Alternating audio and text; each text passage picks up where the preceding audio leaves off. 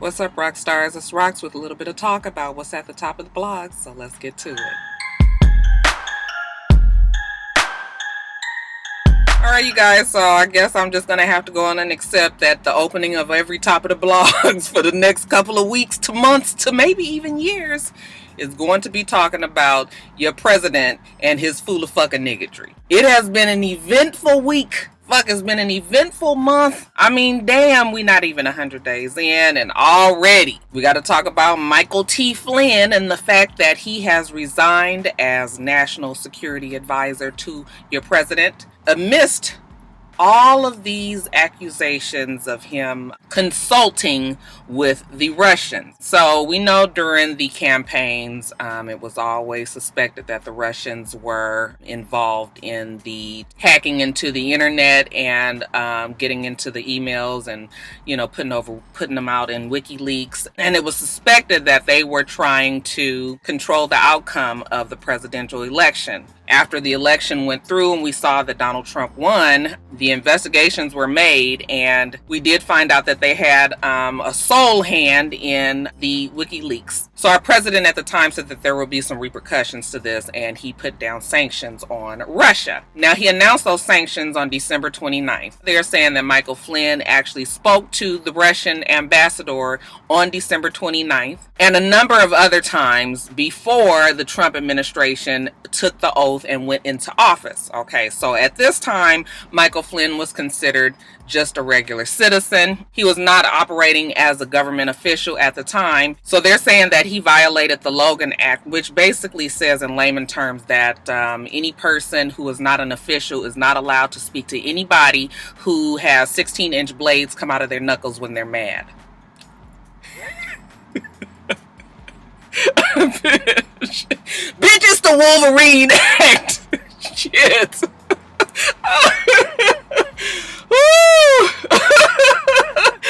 Oh shit. The Logan Act, yo. Getting back serious. Yeah, the Logan Act says that anybody who is not an official for the government is not allowed to speak to any other foreign government official with the intent to influence that, that foreign officer or foreign government. And so we believe that that was what Michael Flynn was doing. In the few times, actually they said was numerous times that he had been in contact with the Russians, and there may have been a few others in the Trump administration as well. So Flynn decided that he was just going to resign. And it just kind of puts an eye out on the Trump administration and kind of how it is just so chaotic and out of control and nobody seems to know what they're doing. And we had Kellyanne, who, you guys, side note, I did not know that lady was only 50 years old. Oh my gosh, she looks so old. Like, I was looking, I can't believe it. Anyway, Kellyanne Conway said that, the president had his full confidence. And then an hour later, Sean Spicer got up there and said that, the trust had been wearing thin over the weeks. And, finally, Donald Trump couldn't take it any longer and he had to have Flynn resign. Okay, now, which one is it? You got two people that are officially speaking on Trump's behalf, I'm assuming, but two very different stories. Okay, we also now get the story that Vice President Pence did not know anything about this conversation. I still got my side eye on that story. Of course, he is going to distance himself away from it. And they say that he is extremely concerned about the fact that he did not know. As a vice president, you would think that your administration, your very close kept administration, would be having conversations about what a national security advisor is doing, right? So now the question is, when did Trump know about this conversation or conversations, and how much did he know? What exactly was those conversations about? Okay, were they talking about the fact that these sanctions that President Obama put down, not to worry about it because as soon as Donald Trump becomes president, he is going to lift those sanctions? And there's some suspicion there because they say that the Russians did not have the usual reaction to sanctions that are put down on a country once President Obama did that. So their non-reaction was a red flag. Or were they just chopping it up about who might, win the Super Bowl? So these are the things that the FBI and the CIA and all of these folks are trying to investigate right now. The problem with that is the FBI works under the administration of the Trump presidency. So now, the Democrats are calling for an independent investigation so that they know that it won't be swayed by the Republicans, okay?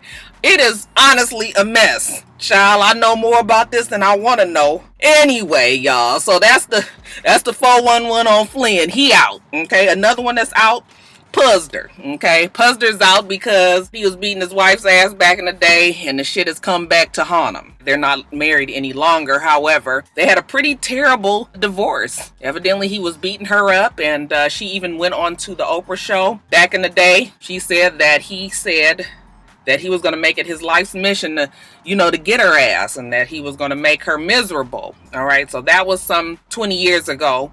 But the story has definitely followed Puzder into 2017, and it looks like it's ruined his chances of working with the Trump administration. Also, they said that he and his wife had hired an undocumented worker to clean his house. Surprise, surprise. And, once he found out that she was undocumented, he immediately fired her. And then he, gave her some legal advice, who she should contact to get some help with that. But yeah, you guys, Puzder, yeah, he's out as well. We are how many weeks after the inauguration, and we still don't have Trump's cabinet? I mean, it is a fucking mess. I actually kind of get a little kick out of it. I mean, fuck, the shit that's going on, with Trump, he gonna get us fucking killed. But, it's still just funny to just watch him just kind of behave like a child, as usual, not answering questions. The reporters are constantly trying to get an answer on this whole situation with Flynn, and he just smiles and walks off. They say they don't plan on arresting and charging Flynn at the moment, but the investigation is ongoing, so we will see. All right. Also, down in the White House hallway, we have Omarosa, okay, who banging, Sid tripping, trying to beat American Urban Radio Network's correspondent April Ryan's ass. Okay, they said that they got in a very heated argument in the hallways there over the fact that April Ryan felt that Omarosa had told Sean Spicer not to call on Ryan when they do their daily briefings with, the communications person. Okay, so that's Sean Spicer. So she was pissed about it, and she confronted Omarosa about it. They got into a very heated argument, and unbeknownst to Ryan, Omarosa was recording it. She also said that Omarosa had told her that the Trump administration had developed a dossier on a handful of black media people, reporters, and incoming call from WSL Mobile. Why is she calling me at this time? It's Thursday, Deborah. Anyway, there's this dossier on these black reporters and journalists for their opposition to the Trump administration. Okay, she says that they have something, that they are watching them. Now, all this supposedly was on the recording. However, Ryan is now saying that Omarosa edited the recording that she has released for everybody to hear, and conveniently took that part out so that Omarosa would look like the victim, and that Ryan was the mad woman who attacked her in these hallways. Okay, so yeah, we got them two, got bad blood. It's interesting because they say that those two were actually friends at one moment. Omarosa had asked her to be in her wedding. What a difference a day makes, huh? One day you trying to be in the wedding, the next day you trying to scratch each other's eyes out in the fucking White House hallways. So I was watching CNN last night, and it was very interesting because Don Lemon had mentioned the fact that it's going to be hard to get him impeached because, unless he does something almost on the line of murdering somebody in public. He is a Republican, loosely veiled, uncontrolled Republican, but Republican nonetheless. The Republicans have the House and the Senate, and they are not trying to shoot their own selves in the foot by impeaching a Republican president who can get all of the shit that they want done. So I know we all talking impeachment, but we already see that the Republicans are intent on protecting him, your President Trump, almost at any cost. They put that dumbass DeVos in there, and then she gonna post the Dubois mistake, mess it up 2 times, try try to correct it and still mess it up. This is the head of our, Secretary of Education. I'm thinking like, I mean, she probably didn't personally do that tweet, but boy, isn't it foreshadowing of what we have to come from Devos and the education department. Donald Trump is about to have a rally this weekend, and nobody understands why. I said, why don't you understand why? Donald Trump is he's not a politician. He don't know what the fuck he's doing in the government. Nobody there likes him. Okay, it's all these leaks all over the place. He feels unloved, unwanted. Okay, he needs to get back out into the common folks. Okay, the people that don't fucking know nothing. Get out there with those folks who is going to pump up his ego, you guys. He's an egomaniac. He needs the feedback from the people that believe in him. So that's why he wants to go out. It has nothing to do with trying to, reach out. It's all about trying to get his ego back up, because everything else all over the media and everything points to him being a failure. So that's all that is about that. But y'all done talked about this way too long. Oh my God, I've been talking about this that long. Y'all, let me get on to the rest of this damn video. You guys saw the Grammys. I enjoyed them. I did watch them on Sunday with everybody else, tweeted along and had a good time, a good little giggle, kiki and whatnots, okay? The host was James Corden, and I thought he did very well, okay? He's a cute little clever, happening dude right now. Everybody loves him with the car karaoke thing, and yeah, he's hip right now. Let's just get on to the meat of the damn Grammys, right? Everybody was talking about Beyonce and her performance. I thought the performance was beautiful. I wasn't jumping up and down and falling out my seat or anything. I was glad that they put her at the time that she did, because I would have been a little bit annoyed if that was at the end of the damn simulcast. But yeah, for what it's worth, I thought it was beautiful. I thought she looked very beautiful. Okay, she is definitely pregnant. You can see it all in her face, her boobs, her stomach, her legs. Definitely carrying those babies. Nobody can say it. She made sure that you guys saw that as well. The fact that she's pregnant and can't dance around like she usually does, she made sure that she gave you something visual for you to remember, which I appreciate, because we all like the Beyonce that gives us all of that. Okay, so she still was able to do it. So it was fine. And Beyonce won a couple of Grammys that night. We all know who actually did win Album of the Year, and that would be your girl Adele. People were all up in arms about the fact that Beyonce did not win Album of the Year, that Lemonade was it. Look, it's always funny to me. People always talk about, the Grammys don't mean anything. They don't represent us. And, so why I don't even care what they say, because that's not what. And then when it happens, when it plays exactly like you had said, that's why you don't care.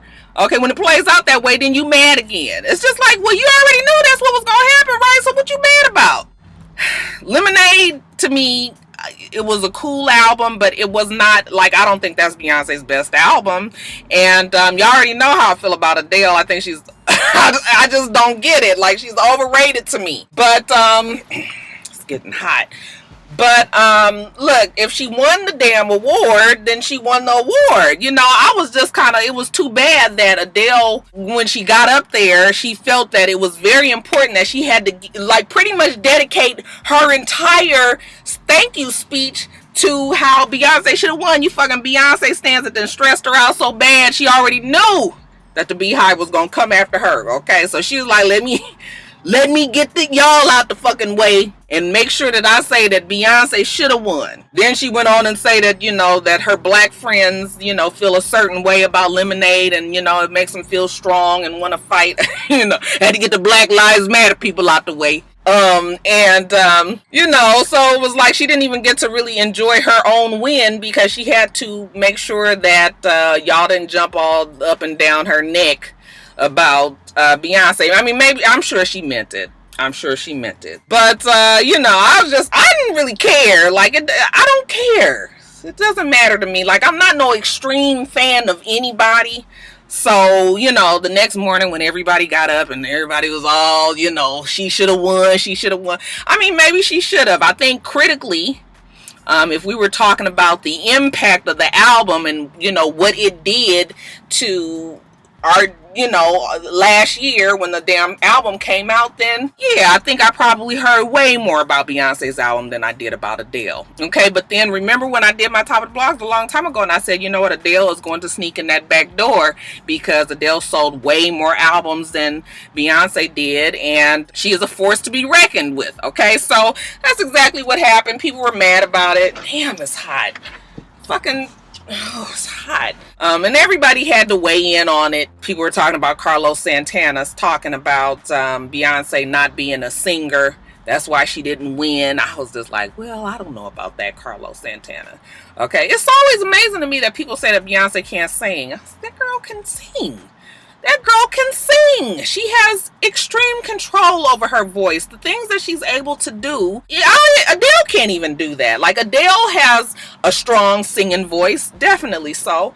But I still, you know, she can't get all into the acrobats. And I know some people don't want to hear that. When you have control over what you can do with your voice, I think that we could say that she definitely can sing. So that surprised me that he said that. I mean, if you like, oh,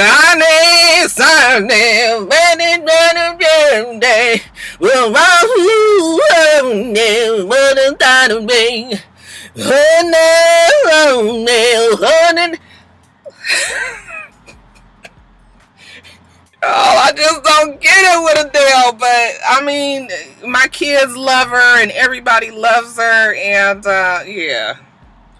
I'm fine with who won what. Kind of bummed a little bit that Rihanna didn't win anything. I thought Anti definitely had Grammy represented work on there. She, you know, seemed like she was having a good time just sitting in the audience and drinking from her flask, or maybe her flask was helping her get through the fucking night. I thought Rihanna looked beautiful. I actually thought that Adele looked beautiful as well. Yeah, that's it. I don't feel like really getting too deep up in it. But yeah, I enjoyed Beyonce's performance. Favorite of the night, definitely Bruno Mars. Y'all know, I just love Bruno Mars. I think he is so fucking talented. Always gives a stellar performance, both when he did his regular set and then when he also did the tribute for Prince. We also saw the time, old ass Morris Day and Jerome and all of them. I was just like, damn, we done got old. I was glad to see Morris Day up there with the time, because you guys know that they had fallen out. I still don't really know what the story is with that, but you know, Morris Day had been touring as Morris Day and the Time, T-Y-M-E, and not with the Time, T-I-M-E. So he had his own band. It was interesting that he had separated his name out, because originally it was just the Time. It wasn't Morris Day and the Time. So some tell me, you know, it got into that thing where a lot of bands get into, where the lead singer kind of feels like they just need to separate off and get a little bit more credit and all of that. So it was good to see them all together. And let's see, that's pretty much it. Who else? People are talking about Katy Perry and how she pissed people off because she said something flippant about Britney Spears. I didn't think that it was really about Britney Spears per se, but when she was on the red carpet and she was talking to Ryan Seacrest and she told him that, you know, she had this blonde hair. This was the only color that she hadn't had. Okay, the next hairstyle would have to be her shaving her head. Okay, so that was one time she said that. Later on, I think after the Grammys, when they, you know, when they talk with the media, she said something along the same lines, and then she said she's saving the shaving of her head for her mental breakdown. Okay, and so then people said, yeah, she's talking definitely about Britney Spears. But we all know that Britney Spears had the breakdown. She shaved her head, and you know, so I don't know, was that being shady? Was she trying to pick on Britney Spears? Y'all ain't up on my white folks news today with that. So y'all let me know. Also, CeeLo trolling the hell out of us. What the fuck is wrong with him? You know, when you start to resort to gimmicks, when you definitely have a talent. I mean, CeeLo, y'all know I don't like him, but I think CeeLo is very talented. Okay, that Gnarls Barkley album is A1. Still a classic to this day.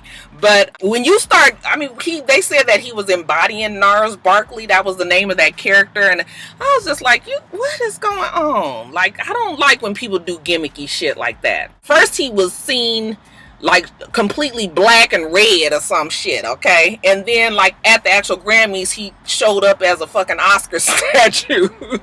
All gold, including his face and everything. So I was just like, yeah, nobody got time for the weirdness. I also got to mention Adele when she sang the tribute to George Michael. As soon as she started, okay, the thing was going ding, ding, ding, ding. You hear this note up here? Why the fuck was she all the way over here around this way somewhere? I said, girl, you is off. I could hear that as soon as she started singing. I said, Adele, you gonna be singing this whole song off the note, okay? And so she stopped. And she was like, I'm sorry, I know that, this is live TV, but I got to get this shit right. Like, let's start over, okay? So then we did it again.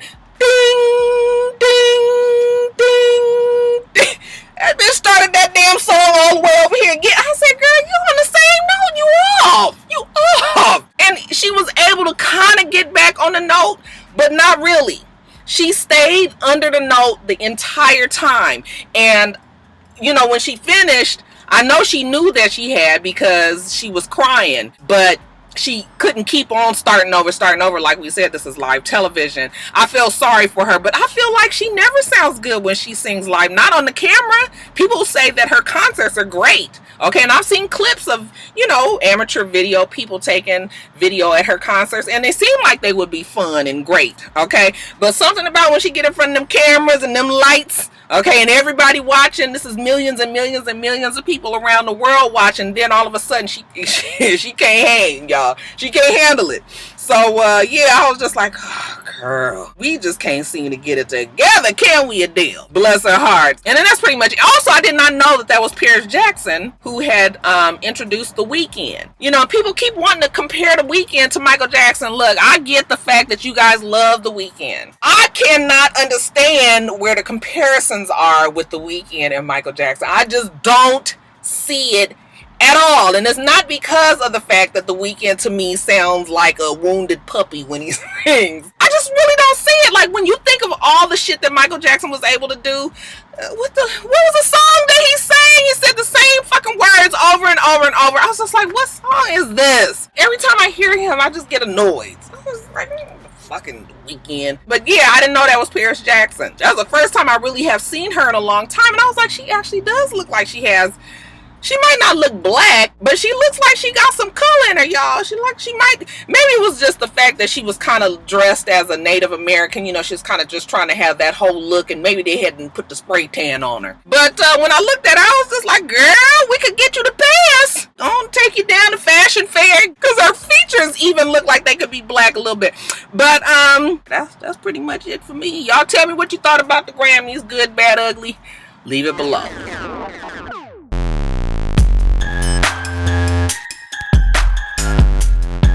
I done talked entirely too long already. The Strange Thing About the Johnsons. So, I had heard about this movie on Sunday. My kids was talking about the movie around the house, and they had said stuff, but I wasn't really paying attention to it. I just figured it was one of these little things that the kids, the high school kids was talking about and all of that. So I didn't pay no attention to it.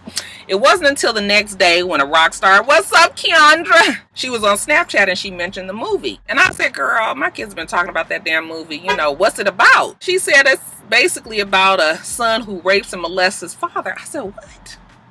The fuck my kids watching some shit like that for? So I was like, wait till I get home, tell them what the fuck y'all watching.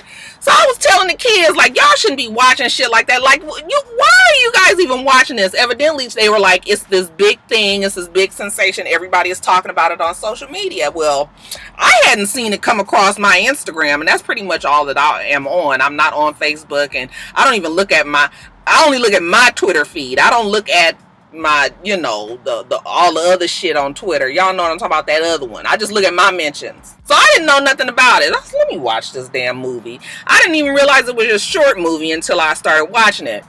But, okay. So this is a spoiler. If you ain't seen the movie, you might want to just move on along. When I first saw the movie, I was just like you guys. I was disgusted. I was mad. Okay, I just thought it was just anybody who could come up with a concept like this. Something was wrong with them, okay? It was a white director who had actually made the movie. His name is Ari Aster. So then when I thought about the fact that it was this white man that made this movie about this black family and this, son molesting and raping the damn daddy, I even got a little bit more in my feelings. Okay, I was about to get all racial and all of that, y'all. So that was my first reaction to the movie. But then after I finished watching the movie and I thought about it, I was like, you know what? The person that made this movie, for all of his shocking ways, might have been onto something to get us as a community to open our eyes to the very much hush-hush subject of incest and molestation and raping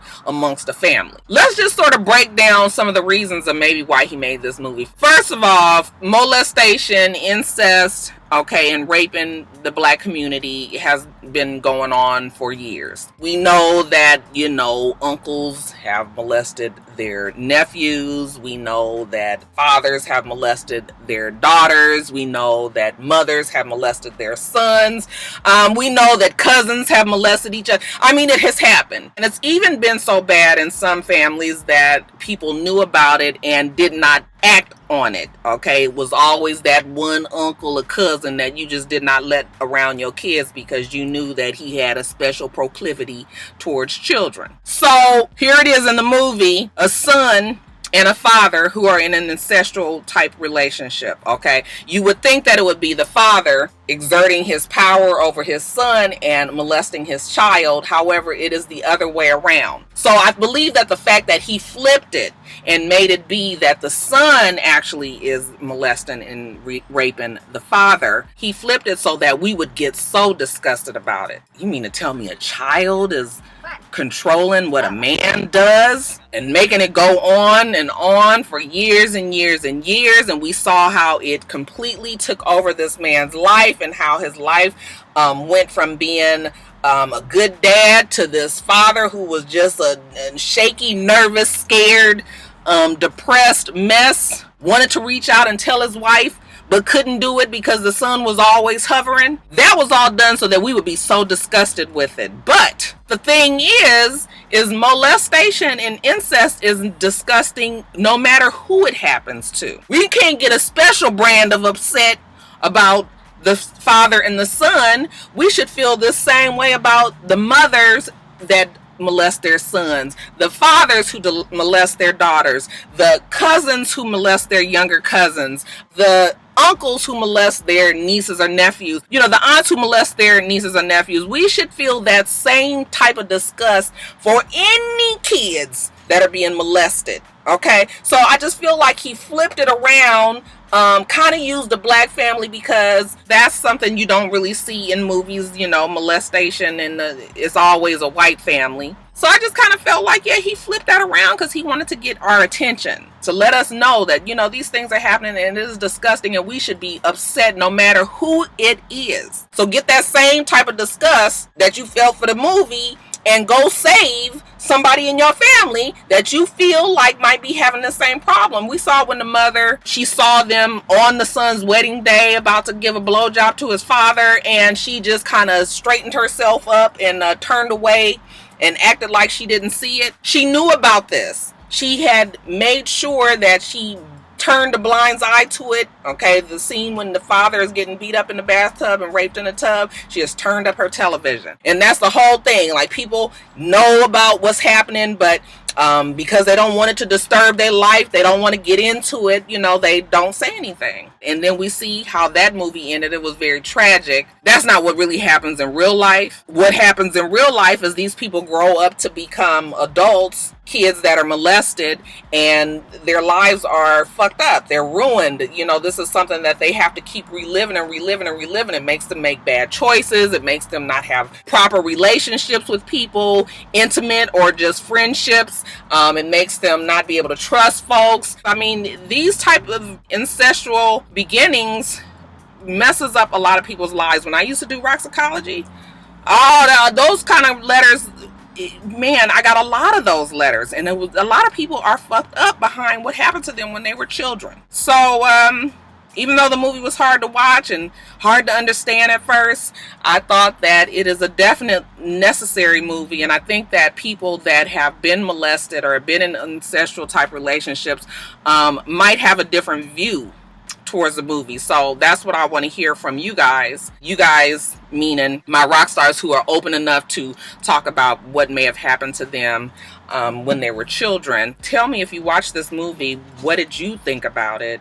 And how did it make you feel? And did you feel like it was something that was necessary, that needed to be said, to get people to understand that incest is still a problem today? Definitely a shocking movie, but one I think that a lot of people should see.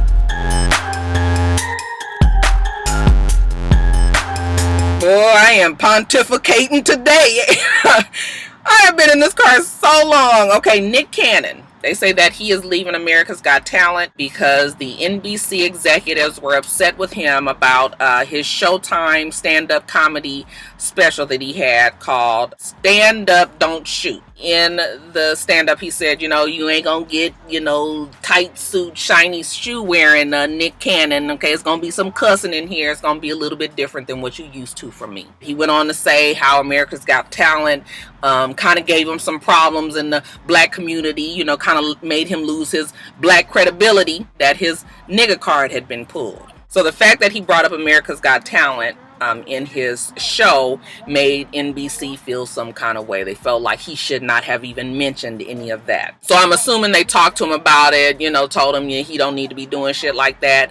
And he said, after he really thought about it, and he can't work for an organization, a company, a network that, you know, tries to stifle somebody that fights the opposition. If he can't speak freely about issues that are important to him as a black person, as a black man, then that is a company that he does not want to work for. So he is resigning from America's Got Talent after he's been on that show for what? I think they said 7-8 years, something like that. Nick Cannon is leaving. Listen, if that's how he feels, then fine. Nick Cannon has a whole bunch of money. He made a lot of money off America's Got Talent. I'm sure he's not going to be hurting. I'm thinking to myself, like, he might have been tired of that shit anyway. No, let me not be like that. You know, I mean, if he feels strongly about, you know, black issues and feels like NBC is not being supportive of what he feels, then fine. I think more the issue is you probably should just separate your job that you do from, you know, your stand-up routine, your comedy routine, what you're talking about, things like that. They're saying that NBC says that he's in a contract, okay, so he can do all this, you know, black man right on shit that he want to. But nigga, you is in a contract, you will be reporting when we start recording again. So I don't know if that's true. You know, Nick Cannon has got his hands on a lot of things, and I'm sure he'll, you know, come out on top and figure out whatever else he's gonna do. But what is Nick going through? He is definitely changing in some way. I saw a picture of him at his baby shower, and he had on, like, I was like, what he got on? He looked like he had one of them, you know, back in LA, there was this group, they were like 1%ers. Let me not even say. We get on, because I don't know. Because I don't want to get nobody mad. But yeah, Nick, something is going on there. I said, Nick, hold your head up. You're probably going to be back at work in a couple of weeks. Congratulations are in order to RachelLindsey. She is the first black bachelorette, okay? She is a 31-year-old Texas lawyer, and I think they said that she actually was one of the contestants on The Bachelor right now. And that show is about to end soon, and now they're casting her as the first female black lead for The Bachelorette, obviously, in the 14-year history of the show. Actually, I think Bachelorette has been on for 13 years. Bachelor has been on for 14 years. So, yeah, she says she's looking for a husband, you know, a man that's ready to start a family. I was just like, girl, I guess. We're going to see how many black men they actually have on this show, though. I haven't watched The Bachelor since... Y'all remember the very first couple that got married? That was the last season, and I think that was like the first, or that was like the second or the third season. That's all I had ever watched. Ryan and whatever the other girl's name, he was a fireman, I think. And anyway, I haven't watched it, but the show is huge. And it never makes sense to me that you would marry somebody that, you know, I mean, you just was fucking around with 30 women and we done dwindled it down to one, and you already in love with him and trying to get married to him and all this, child. It never made sense to me, but it's a big show, like I said, and good for her. But something tells me I'm gonna put my money on the fact that she ain't gonna end up with Twan, y'all. Also have to extend a rest in peace to Al Jarreau. We loved him as the vocal, acrobatic, musical star that he was, whether he was singing R&B or jazz or pop. We just love the fact that anytime you heard an Al Jarreau song, it made you feel good. It made you happy. If you ever saw Al Jarreau perform live or even seen any of his videos, he always sang with a smile. And then you know how they say that somebody that when you look at somebody who's always laughing or always smiling, that their attitude jumps off on you. You find yourself laughing and smiling the same way. That's exactly how Al Jarreau's music made me feel. The musical world has lost a genius. I mean, if you can remember hearing the songs that he sang and all the things that he was able to do with his voice as well, okay, definitely lost somebody big in the music world. They say he was 76 years old. I had no idea he was that old. He still looked good. He was actually touring, and he was put in the hospital a couple of weeks before he died for exhaustion. That was at that time he canceled the rest of his tour, and they actually told him that he didn't need to do any more touring. I'm supposing, damn, almost 80 years old and still out there. Shortly after that, he died. Now, I still could not find out what he died from. Very, very sad. He leaves behind his wife, Susan. He had a son, 2 brothers, and a sister. And I'm sure he also leaves behind a host of family, friends, and fans all over this world. Rest in peace to Alvin Jarreau. You guys, so Charles Oakley, who is a New York Knicks former player, retired player, Hall of Famer. Remember last week he was hastily thrown out of Madison Square Gardens and arrested. 3 charges for assault, actually, and was banned from Madison Square Gardens by James Dolan, who is the owner of the Knicks at that time. Well, we now find out that the ban has been lifted and that Charles Oakley is able to go back to the MSG anytime he wants to. Now, Charles Oakley says he's not too sure he's ready to do that. Okay, even though he met with Dolan and the commissioner of the NBA, and Dolan supposedly apologized to him, Charles Oakley said that is not enough. Okay, he publicly humiliated me. He should publicly apologize to me, not only to me but to the fans of New York. He tried to besmirtify. Shout out to Don King. He tried to make Charles Oakley look terrible. Okay, and Charles Oakley did not do anything. By all accounts, people said that he was there, he was sitting down, he was having a good time talking to people, and the fact that he was sitting not too far from Dolan, and that he's been critical of the owner of the Knicks in the past, that Dolan had a problem with that and wanted him to leave, and that's where the confrontation started. And that's when, you know, Charles Oakley had to, you know, put the paws on a bunch of these motherfuckers trying to get with him. I was cracking up when I saw the video because all the audience was like, oh, it was so shocked. People say that Dolan is an asshole anyway. I don't know much about him, but I have heard that he's not the most likable person. So as of now, I am on Charles Oakley's side. Okay, that Charles Oakley didn't age well, didn't he? I was like, I didn't even remember who he was until Joe showed me a picture of him when he actually used to play. I was like, he looks nothing like that anymore. Okay, that gray, it was nice on him, huh? All right, brother man, ain't nothing like a good looking brother man in the suit. But yeah, hold your head up, Charles Oakley. Yeah, so they're saying that it's a Bobby Christina biopic. What is the way to say it? You guys, I always mess that up. But they say it's a biopic in the works. Demetria McKinney kind of gave that away when she tweeted a picture of her as a young Whitney Houston, and I'm assuming in the picture it was supposed to be Bobby Christina and Nick Gordon, because she's like hugging a young girl and a young boy. They also say that Vivica Fox is playing Pat Houston, and just the fact that they're going to have a Pat Houston playing in this movie already makes me just be like, oh God, nobody want to see see that shit. Why don't they let this girl rest in peace? I know they're coming off of the strength of the New Edition movie, but Bobby Christina is just a totally different story. That girl has never been able to have any peace in life or death. I didn't even watch any of her shows once her mother had passed. I didn't watch any of that shit. Okay, so I don't have any intentions of watching this if it even makes it to the light of day. They said the family is against it. Bobby Brown is against it. Something tells me that this movie is going to get shelved, but they do seem to have it rolling. But yeah, I don't have any intentions of watching that. I won't be reviewing it if it ever does make it to the light of day, but I don't think it will.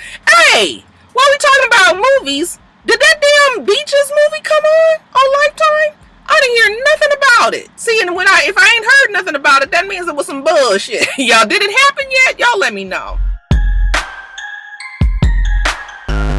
And then lastly, your girl Queen Latifah, she was being interviewed for an article in InStyle magazine. She was being questioned by Tracee Ellis Ross. And see, this is why you should read fucking shit for yourself and not go by social media that always just gets a little portion of something and runs with it. Okay, so everybody had been telling me that Queen Latifah has said that the hardest role she ever played was playing Cleo. And I was just like, bitch, now I know you ain't said no shit like that. Well, when you actually read the interview or the clips that they have on the internet of the interview, what Tracee Ellis Ross actually asked her was, what is the hardest decision you've made in your career? Okay, a little bit different. And Queen Latifah then answered, the hardest decision was to play Cleo in the movie Set It Off, because at the time, 1996, when the movie came out, was that when it came out? I believe that's when it came out. We hadn't made the strides on the gay community, especially the African-American gay community back then, that we have made today. So back then it was sort of, was probably almost like shooting yourself in the foot for, a black person to play this very butch lesbian in this movie. So she said that, she wanted to play the role because she felt like it would make positive advances for the African-American gay community, which probably that movie did help. But she did not say that it was hard for her to play that character, because I think we all saw that she played that character very well. Shit, I feel like she should have won an award for that. That's how well she did in that movie. But yeah, y'all quit trying to shade the queen. I've been talking for way too long, you guys. Let me get off of here. I'm running Target and I gotta get to work, okay? But we do this every single week. Make sure that you rate, comment, and subscribe, and make sure you come back.